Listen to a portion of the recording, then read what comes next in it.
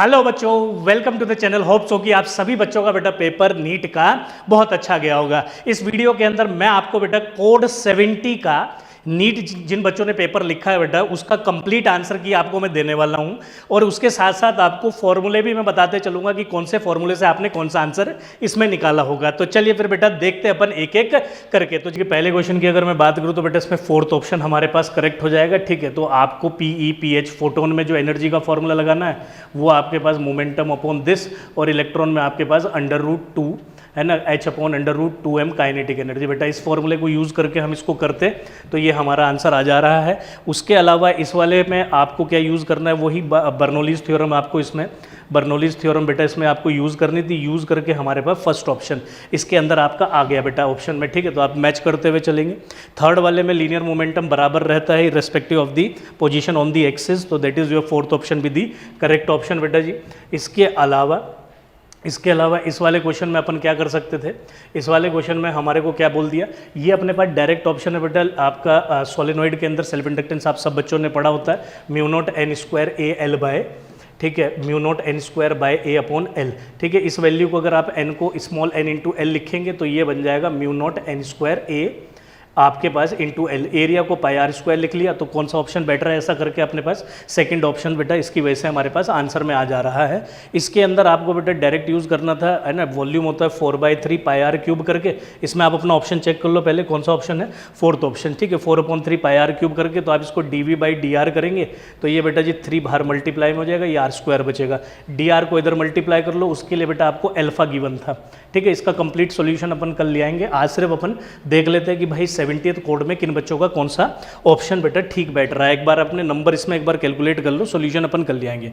ठीक है, इस वाले के अंदर जो ऑप्शन है, इस वाले में सेकंड ऑप्शन बिल्कुल करेक्ट ऑप्शन है IA, क्योंकि जब अपन इनको सीरीज में लेके आएंगे तो minus alpha delta T plus alpha delta T cut जाएगा, तो इसका टोटल रेजिस्टेंस 2R0 बचेगा, जो कि इंडिपेंडेंट रहेगा आपके पास टेम्परेचर पे, तो इसलिए कांस्टेंट है। दूसरे वाले में पैरेलल में रहेगा, रेजिस्टेंस घट जाएगा जैसे उसको बढ़ाते रहेंगे।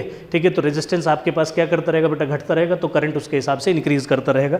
इस वाले को भी अपन कराएंगे बेटा, सारे क्वेश्चन अपन कराएंगे। अगले वाले पे चलते हैं। ठीक है, इस वाले का आंसर की है ना, इस वाले का अपन ऑप्शन मैच करते हैं एक बार। ठीक है, इस वाले क्वेश्चन में अपन ऑप्शन मैच करते हैं। ये कौन सा है, अच्छा ये हमारे पास स्टॉपिंग पोटेंशियल आपका टाइम पर इंडिपेंडेंट होता है, और पावर क्योंकि इसमें हमें गिवन है उसकी वजह से करंट लीनियरली डिक्रीज करेगा, तो सेकंड ऑप्शन बेटा इसमें हमारे पास करेक्ट ऑप्शन हो जाएगा। ठीक है मेरे भाई, अगले वाले को देख लो बेटा। 8th वाले में जीनर डायोड है ना, 3 वोल्ट तो इसी के अक्रॉस ड्रॉप हो गई सर, है ना, 3 वोल्ट तो इसी के अक्रॉस ड्रॉप होगी, तो बची इसके अक्रॉस कितना 2 वोल्ट, तो आपका थर्ड ऑप्शन भी दी करेक्ट ऑप्शन। ठीक है, इसके अलावा बेटा इस वाले क्वेश्चन को देखो, इस वाले क्वेश्चन में क्या जाएगा, अच्छा जब इसका आप एक विस्कोसिटी का वो पूरा इक्वेशन नहीं होता 2/9 ईटा r² रो माइनस दिस ना सिग्मा इंटू आपका g।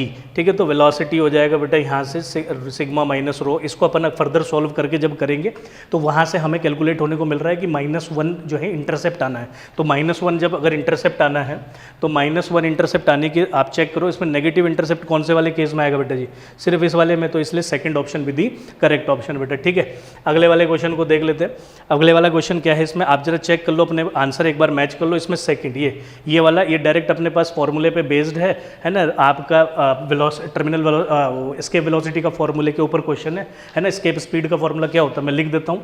एस्केप स्पीड क्या होता है, √2gm/r। ठीक है, डायरेक्ट फॉर्मूला बेस्ड क्वेश्चन था, खाली आपको रेशो करना रहेगा। इस वाले क्वेश्चन में देख लो, ये भी डायरेक्ट फॉर्मूले पे बेस्ड क्वेश्चन था बेटा, 2.2 एम्पियर। ठीक है, इसको आप सोल्व कर लेंगे तो एकदम बन गया होगा आप बच्चों का। ये सीरीज पैरेलल इंडक्टर के ऊपर क्वेश्चन था बेटा, तो ये पैरेलल ये सीरीज में है, तो L1 + L2 इसमें बोल ही दिया है, म्यूचुअल इंडक्टेंस को हटाना है, वरना यहाँ ±2m आता है, इसको आपने 0 कर देना बेटा जी। ऐसे ही ये पैरेलल में है, तो L1 L2 upon L1 + L2 self inductance निकालना था, है ना, लेंदी लैंग्वेज थोड़ा सा बड़ा था, और फॉर्मूला लगाना था आपको LdI/dt कट जाना था, दोनों का रेशो करते, इन दोनों का रेशो करके हमारे पास 1:4 आई थिंक विधि हमारा आंसर आया इसमें। ठीक है, तो ये ऑप्शन अपने पास करेक्ट हो गया, सेकंड ऑप्शन। ठीक, अगले वाले क्वेश्चन में देख लो, ये बहुत सिंपल क्वेश्चन था। आपको ऊपर वाले में पोटेंशियल निकाल के ½ CV² करना था, पूरे का कैपेसिटेंस निकाल के बेटा ½ CV² करना था, तो आपका रेशो बन गया था 1:6, that is your first option. ठीक है, तो इसका बेटा फर्स्ट ऑप्शन करेक्ट हो गया। 14th वाले क्वेश्चन में क्या दिया है, अच्छा ये भी ग्राफ पे बेस्ड था, ये थोड़ा सा डिफिकल्ट रहेगा, इसमें डिफरेंशिएट वगैरह करके बेटे साइन का फंक्शन था, कॉस स्क्वायर का फंक्शन आ रहा है, तो जब अब इसको अपन कॉस स्क्वायर के फंक्शन में लेके जा रहे हैं तो इसमें कॉस के फंक्शन का आंसर सही हो रहा है, that is your third option C, third option आपका इसमें करेक्ट हो गया। तो जिन बच्चों ने 70 कोड में बेटा इसका थर्ड आंसर किया है उनका आंसर सही है। ये बहुत सिंपल क्वेश्चन है, आपके पास डायरेक्ट था, ठीक है। आपका वर्क डन का फॉर्मूला होता है NR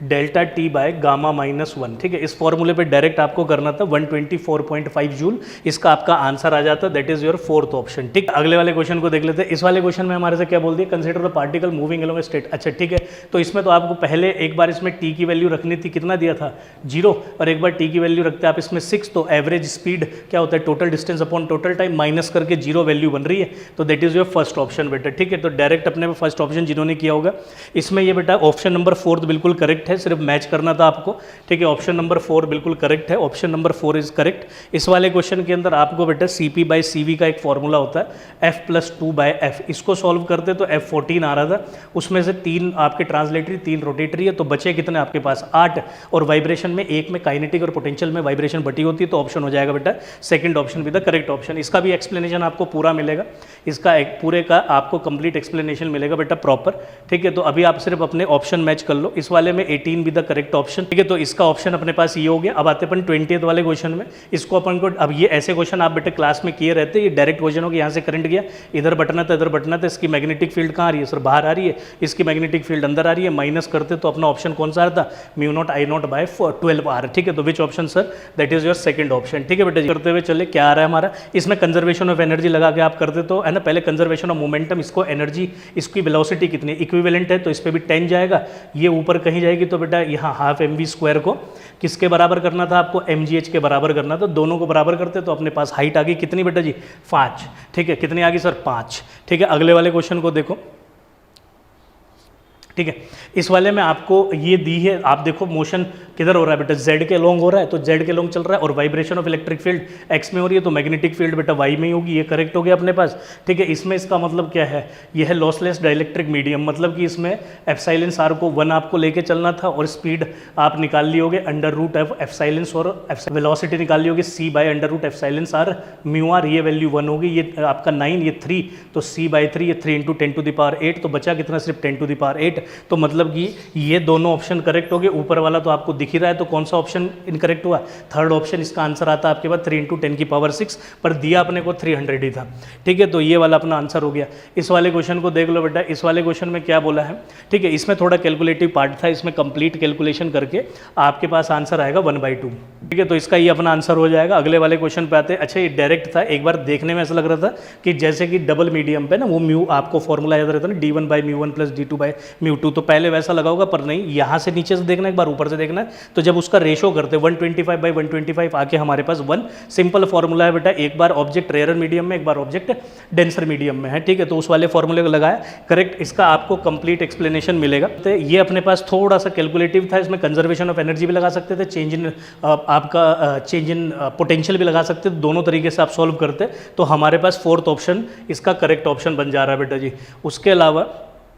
उसके अलावा इस वाले क्वेश्चन की बात करें तो बैंकिंग ऑफ रोड पे ही डायरेक्टली, ठीक है, v² = RG tan θ, इसमें आपने डायरेक्ट फॉर्मूला लगाना था, तो ये हमारे पास tan 1/5, ठीक।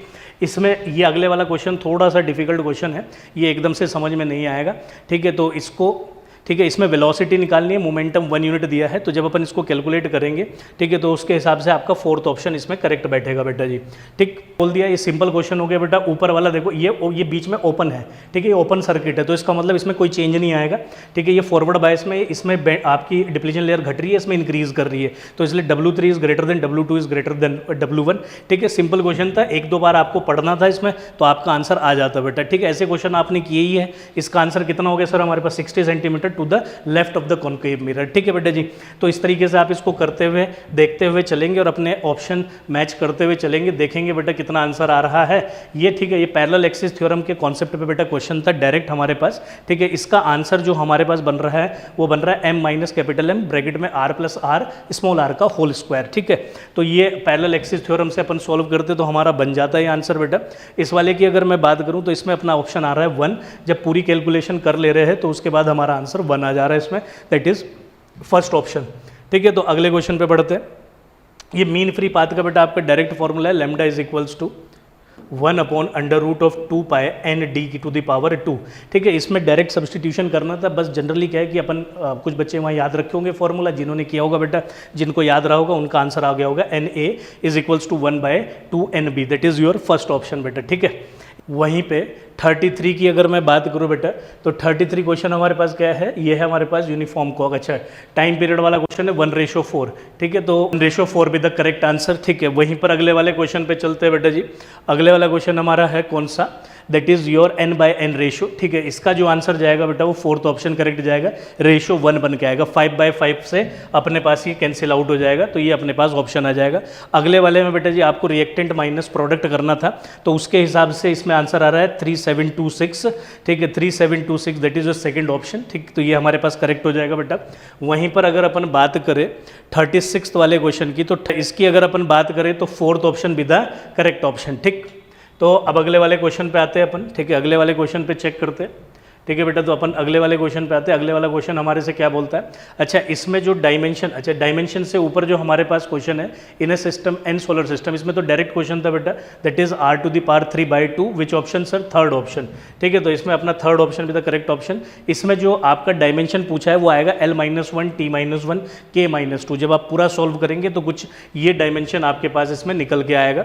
वहीं पर अगर अपन इस वाले क्वेश्चन की बात करें बेटा, तो इसमें V1 विल बिकम 0। ठीक है, और आपके पास V3 is greater than V2। ठीक, तो स्टॉपिंग पोटेंशियल का रेशो आपका रिलेशन इसमें पूछा है, वेवलेंथ गिवन है, तो आप क्या काम कर लेते हैं इस वाले में ना, तो वेवलेंथ इनवर्सली प्रोपोर्शनल होती है फ्रीक्वेंसी की, तो यहाँ पे ν3 इज लेस देन न्यू, ऐसे करके अगर आप निकालोगे तो आपको और आसान इसमें रह जाएगा। ठीक है, इस वाले में कोई भी इजेक्शन ऑफ इलेक्ट्रॉन पॉसिबल ही नहीं है, तो स्टॉपिंग पोटेंशियल की जरूरत ही नहीं पड़ेगी, इसलिए आपके पास V1 विल बिकम 0। ठीक है, तो आपके वो V1 विल बिकम 0, तो इसमें हमारा ऑप्शन हो गया सेकंड ऑप्शन भी द करेक्ट ऑप्शन बेटा। ठीक है, 40th क्वेश्चन में अगर हम बात करें, ठीक है 40th क्वेश्चन के अंदर अगर अपन बात करें, इसमें आंसर आ रहा है 1.06 सेंटीमीटर है। इसमें आपके पास फोर्थ ऑप्शन भी दी, इसमें हमारे पास फोर्थ ऑप्शन भी द करेक्ट ऑप्शन बेटा, ये हमारे पास डायरेक्ट आंसर इसका बन जा रहा है। ठीक है, अगले वाले ऑप्शन में देखते हैं कौन सा क्वेश्चन है जी, ये हमारे पास है 43। इसमें इंटरनल एनर्जी, क्योंकि ये क्लोज पाथ है तो इंटरनल एनर्जी तो 0 हो जाएगी, जो भी इसका एरिया आएगा वही हीट एनर्जी में कन्वर्ट होगा, that is your fourth option 600 joule. ठीक, उसी के अलावा टू इनफाइनाइट पैरेलल वायर वाला का जो क्वेश्चन है बेटा, इसमें हमारे पास आ रहा है μ0 I² पाई लैम्डा जी, तो that is your third option with the correct option बेटा। इसके अलावा 45th वाले क्वेश्चन के अंदर आपका कौन सा ऑप्शन करेक्ट है, थर्ड ऑप्शन। ठीक है, तो ये हमारे पास सारे क्वेश्चन है बेटा जी। ठीक है, इनके आपने आंसर अपने अपने मैच कर लेने। कोड 70 के बारे में मैं बताया हूँ। ठीक है, तो आप एक बार गो थ्रू कर लेंगे। ठीक है, इसका सोल्यूशन बेटा फिर मैं कल लेके आऊँगा, कल आपको कंप्लीट सोल्यूशन क्वेश्चन वाइज आपको मिल जाएगा एकदम करेक्ट। ठीक है, तब तक के लिए thank you and bye bye, will see you in the next video बेटा, बाय।